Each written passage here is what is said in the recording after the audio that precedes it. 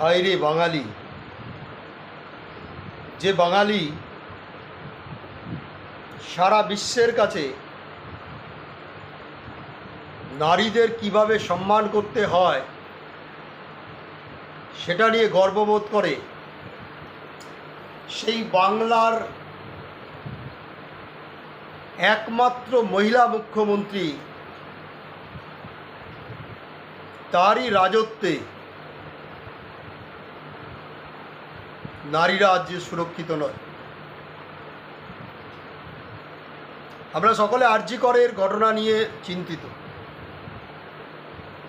আর.জি. কর হাসপাতালে যে নির্মম ঘটনার সাক্ষী,